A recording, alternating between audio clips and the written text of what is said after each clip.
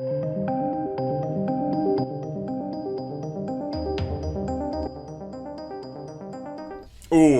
it's getting good, isn't it? It's getting good. A lot of people still don't like it. A lot of people are like thinking that it's woke. I still stand by the fact that it's like satire, but hey, that remains to be seen. We'll see how it develops along the way. But this is my review of episode 5 of The Boys season 2. I'm really enjoying how this is kind of plodding along now. I've got some major gripes with this episode though. The actors that they're getting to do the Cockney accents are fucking atrocious.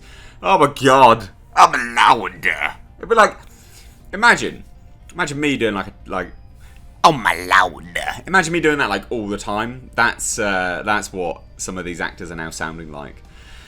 So yeah, they need to sort their actors out when they're doing those accents. But then if it's satire, maybe it's supposed to be that way. I don't know. It's really not good, and even Butcher's accent is dropping in parts here and there. So not a lot actually happened in this episode, but a lot kind of happened. So it was stationed around two specific points or narratives here. So we had obviously in the last episode the fact that Homelander outed Maeve as a lesbian. So it's kind of following on from that. We open with a big jab at Justice League actually and Joss Whedon. Like the words are actually quite literally there. You know, those Joss rewrites, huh? That's hilarious. That is very, very good. That's funny. I like it. Good man. Good. Did anyone else notice that? Because they were doing a filming of Queen Maeve going out and obviously rescuing the city. They're doing their, the Dawn of the Seven parody. Of the Seven kind of coming together. It's the new movie that they're filming in the show, and Homelander sat there on set and he literally says, those Joss rewrites, huh? Yeah, they're good. Like, goddamn, so brilliant. And I think there was even a stab at Joss Whedon's, and I could be reading into it, but I think there was even a stab at Joss Whedon's sort of propensity to hone in on girls' arses, because there's the shot of Queen Maeve, and it comes up to her bum, sort of holds for a little bit, and then comes back up. Because if you notice in Justice League, the cut that they actually released in theaters, there's a massive tracking shot of Gal Gadot's ass. Now, like I'm not against that at all. Gal Gadot's got great rear end in those leather trousers, but it's quite funny, and to take a note of it, it's quite. Anyway, it's good. I enjoyed it. So they pick up after that. And obviously how that's developing. And then they move over to Stormfront and Homelander and the backlash between the two of them. I think they're going to reveal that Stormfront has actually been manipulating a lot of this stuff. So a video clip gets out of Homelander obviously being Homelander, and he kills a super terrorist and then obviously kills a civilian. Now that was videoed and it got online, and then there's a big uproar, there's a big protest about it. You may have actually seen it in one of the trailers.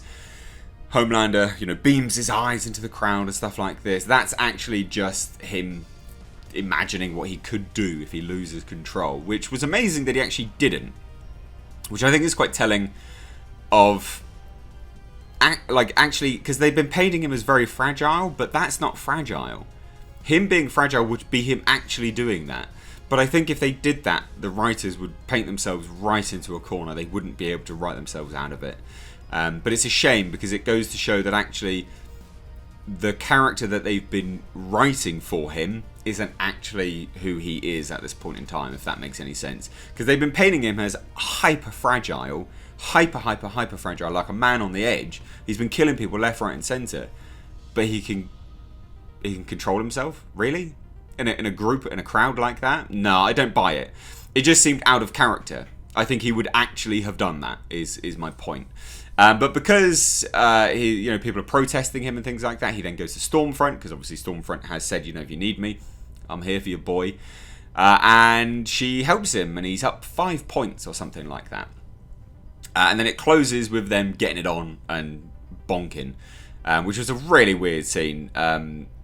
But it goes to the part of the trailer where she says, don't be a pussy and laser my effing tits. That's that whole scene basically. So we've seen that already. But it is interesting how they're getting it on. I would imagine Stormfront. I mean, obviously Stormfront's just using him. Clearly, obviously.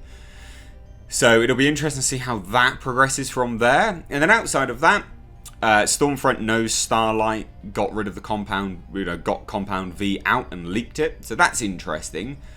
So Starlight and Stormfront, there's clearly going to be some things going on there. But there's also something going on with Stormfront. Now, I think that this will be how it's revealed in future. There's like some group thing that she's sort of, I don't know, getting emails about and things like this. Could be some big mystery, I don't know, who knows. And I thought something was going to happen that was a bit better than what it did. Now, Butcher obviously was a man on the edge at the last episode because Becca left him. So he's in a mosh pit bar or whatever, and he starts a fight, gets himself beaten up, and then he goes to see his Aunt Judy and Terra. So it's good to see Terra, his dog, and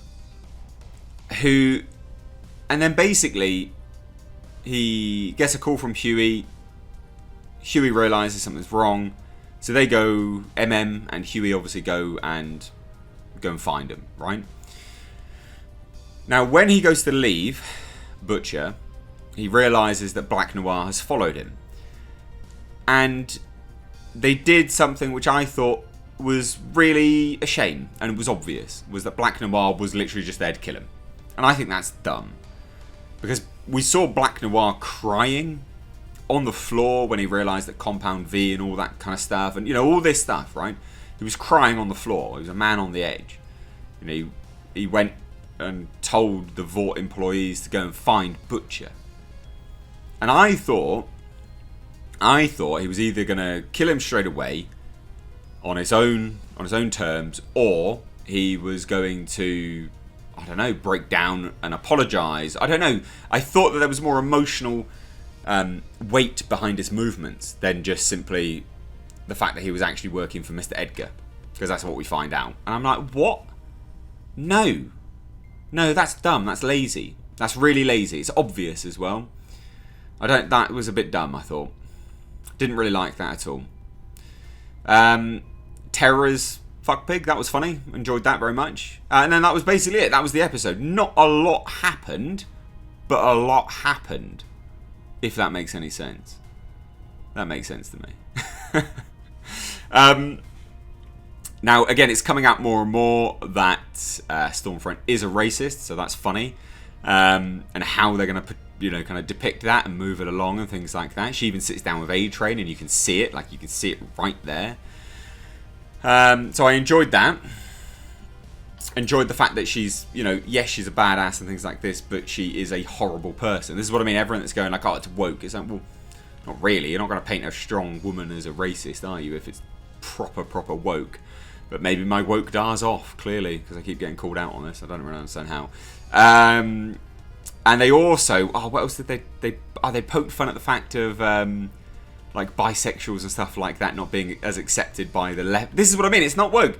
They literally poked fun at bisexuals not being accepted by the LGBT community, and that people are more accepting if they're just straight up called a lesbian, which is a well-known thing if you look at it actually. So that was quite funny. I like that. Again, there's a lot of satirical bits and pieces like woven through here that I think if you go into it with an overt leaning, you're probably going to miss it because you're going to be biased in your kind of rage against certain things that they've said. But I mean, that was clearly there. And then they had some like little video piece of the Deep walking through, this Church of the Collective. But then Stormfront was a part of it as well. It's interesting. It's going along nicely. Now, the thing about these shows are, again, they're always, because I've just done my Raised by Wolves review. And the thing about the shows are, they're always shot well, because they've got so much money behind them. They're always well acted. I really, really do appreciate Anthony Starr's acting in this. I think his name's Anthony Starr. Homelander. His acting's solid. He's a really, really great actor. Really, really, really great. My only massive complaint is just the accents are getting they're terrible. They really are. Aunt Judy, Butcher's aunt, her accent was, God, what was that? Again, anyone from the UK will tell you that. Her accent was goddamn awful. But anyway, there you go. I liked it.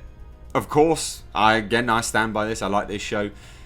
Still don't like the episodic thing. I do think they're hiding something. I mean, we're 5 episodes in now.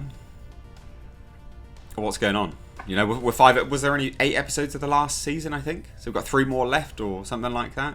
I don't think there was 10. I think there was 8. I might be wrong, but hey, it needs to get somewhere. Something needs to happen because currently not much is going on, and I feel that this season may be a bit of a prick tease. But anyway, let me know your thoughts down below. If you're new here, do hit subscribe. As always, with Mr. H, take care.